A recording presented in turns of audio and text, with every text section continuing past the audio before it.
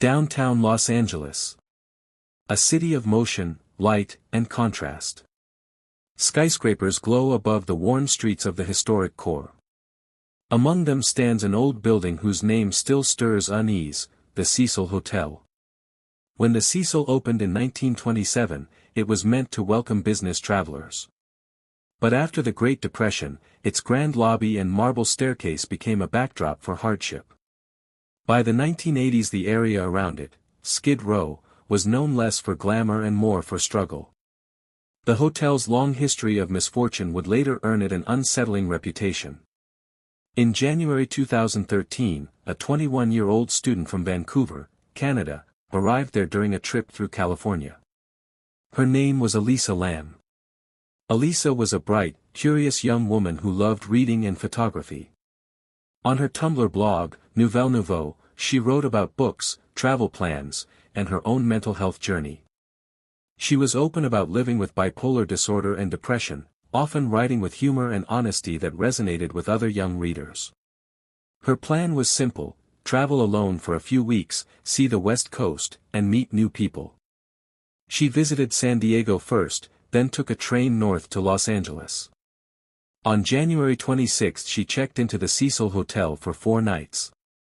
She was placed in a shared female hostel room on the 5th floor.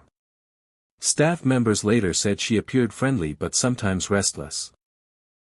After 2 days her roommates reportedly requested a change, describing her behavior as odd, and the hotel moved her to a private room, something common for solo travelers. Each night Elisa phoned her parents back in Vancouver to let them know she was safe. Then, on January 31, the calls stopped. When Elisa missed her daily call, her parents grew worried. By February 1 they contacted the Los Angeles Police Department. Officers visited the Cecil, spoke with staff, and began a search of the neighborhood.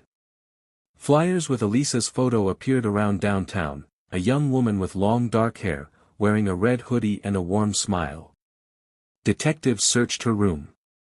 They found her belongings neatly arranged: clothes, toiletries, her laptop, and her wallet, all still there. Nothing suggested she had left for good. Security footage from the hotel became the next focus. Days passed with no trace of her. Police brought in search dogs, they combed the lobby, hallways, and even rooftops. The dogs lost her scent near a window on one of the upper floors. Still, there was no clear evidence of where she went. The case began to attract local media attention.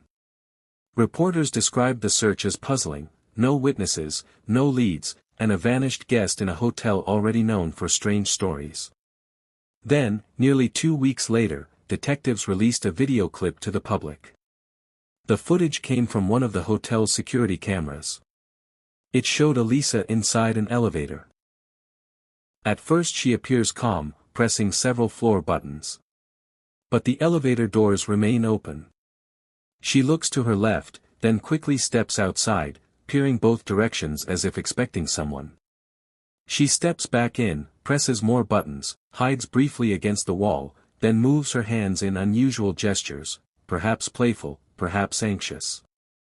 Finally she steps out of view. The elevator doors close a few seconds later. That short, grainy clip spread across the internet almost instantly. Millions watched it on YouTube, each frame analyzed and slowed down. Why didn't the elevator move? Who, or what, might she have been looking at? Online communities tried to solve the puzzle themselves. Some viewers suggested she might have been frightened by someone off camera. Others believed she was experiencing a mental health episode. A few began adding darker, supernatural interpretations. The video made Elisa Lam a worldwide name, but it also buried the real investigation under layers of speculation. While the internet argued, police continued their search inside the building. The Cecil's maintenance systems were old, staff frequently checked pipes and rooftop tanks to keep water pressure steady.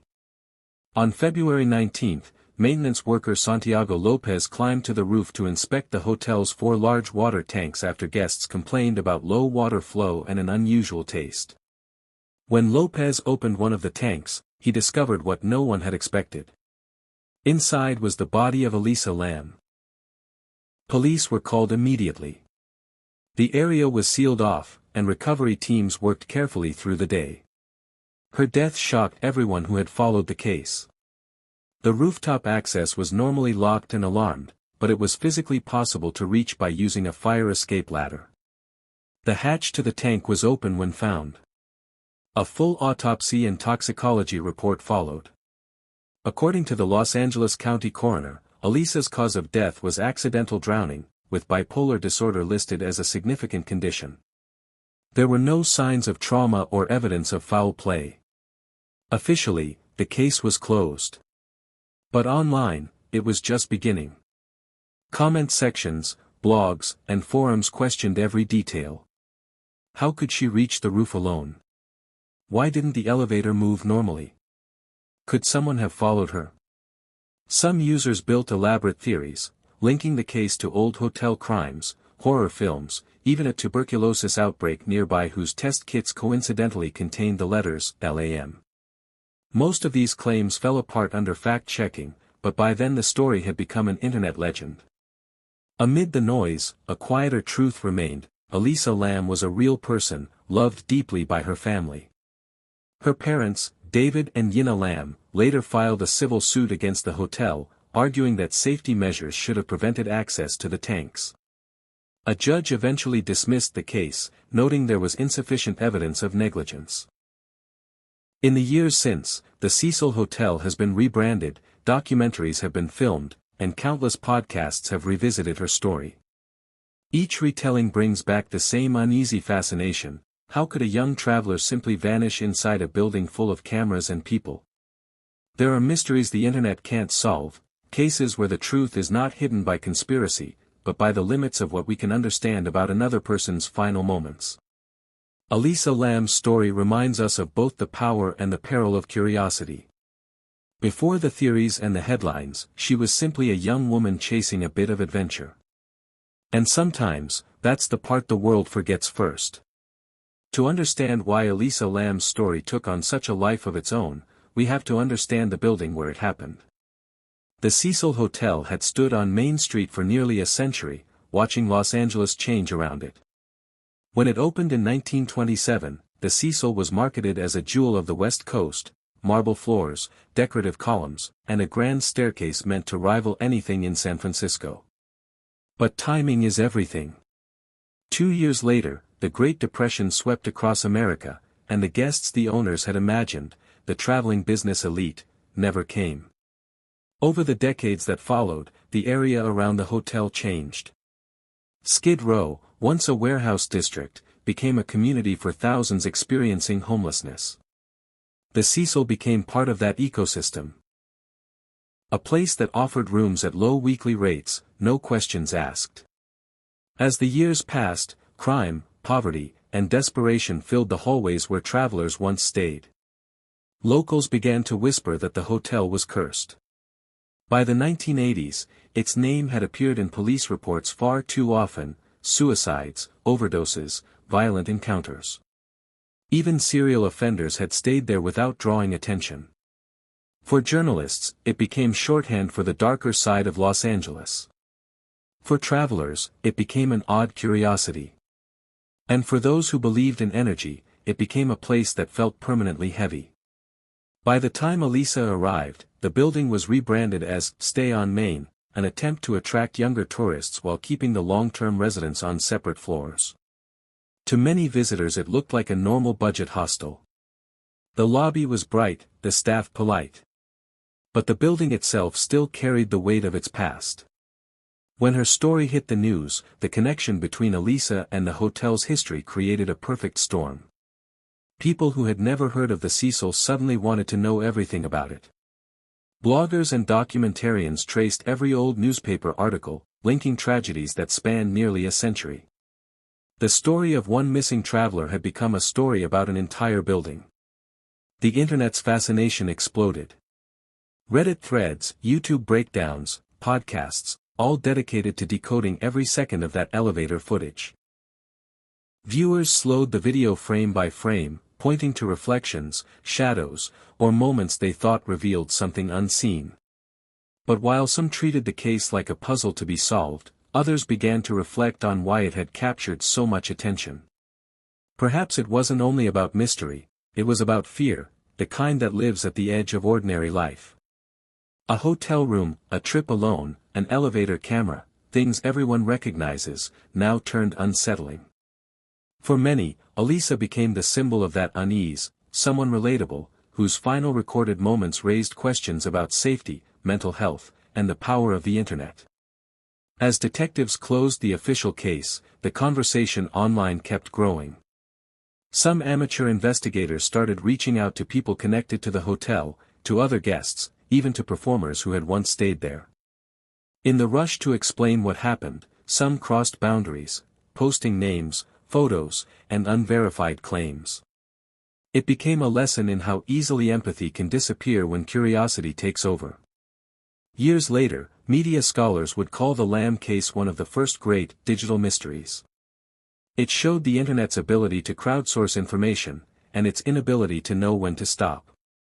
Mental health advocates used the case to start new conversations. They pointed out that Elisa had spoken openly about her bipolar disorder, something still stigmatized in 2013. Understanding her story meant understanding that mental illness does not make someone's life a mystery to decode. It makes them human. In Canada, people who knew Elisa described her as imaginative and warm. She loved fashion, writing, and discovering hidden cafes. Friends said she dreamed of one day owning a bookstore. These personal details rarely made it into the viral theories, but they are what truly anchor her story, the parts that remind us who she was beyond the headlines. The Cecil Hotel closed for renovations in 2017. When it reopened years later, it carried a new name and a new management team determined to move forward. But for many, its past will always be tied to the mystery of 2013. The internet never really let go of Elisa's story. It resurfaces each time a new generation discovers the elevator video, each time someone writes a post asking, what really happened? Maybe that's because her story touches something deeper than fear, it touches empathy, the instinct to protect, and the wish that every traveler, every student, every daughter makes it home safely. Elisa Lam's journey reminds us of how easily a simple trip can become a shared tragedy, and how stories told online can take on lives of their own. Behind every mystery there is always a person, and behind every viral moment there is always a family still searching for peace. When the story of Elisa Lam spread online, it became something new, a digital ghost story. Not the kind about hauntings or curses, but about how the internet itself can haunt. In the years that followed, the video of her in the elevator became one of the most analyzed clips in online history. Millions of people watched it, paused it, shared it, and speculated about it. For some, it was a mystery to solve. For others, a reminder of how quickly the internet can turn tragedy into entertainment. Psychologists began studying the phenomenon, calling it crowdsourced empathy fatigue. The more we watched, the less real she seemed, until, to some, Elisa became just a case rather than a person. True crime communities were growing rapidly at the time. Podcasts, YouTube channels, and online sleuth groups had made everyone feel like an investigator. But with that came responsibility, a new moral line few had considered. Some content creators used her name for views. Others tried to honor her by exploring mental health, travel safety, and the dangers of isolation. It was a contrast, empathy on one side, obsession on the other. And perhaps that's what makes Elisa's story different. It doesn't end in a courtroom or a confession. It ends with reflection, on how the internet can magnify pain while trying to make sense of it. In the years since, documentaries, research papers, and online essays have all revisited her story, each one asking a different question. What does it mean to investigate tragedy ethically? How do we balance curiosity with compassion?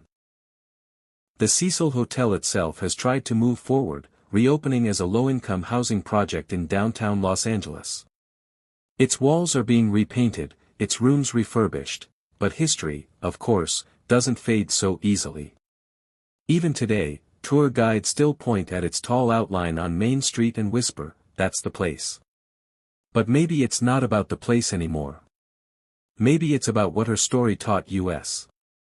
Elisa Lam's life was more than her final moments. She was a student, a writer, a daughter. She documented her days with curiosity, humor, and hope, the same way so many of us do online. If anything, her story reminds us how powerful connection can be, and how fragile it is when misunderstood. Behind every trending topic, there's a family waiting for privacy. Behind every theory, there's a person who deserves peace. So when we look back at the story of Elisa Lam and the Cecil Hotel, maybe the lesson isn't about mystery at all. Maybe it's about the way we listen, the way we share, and the way we choose to remember.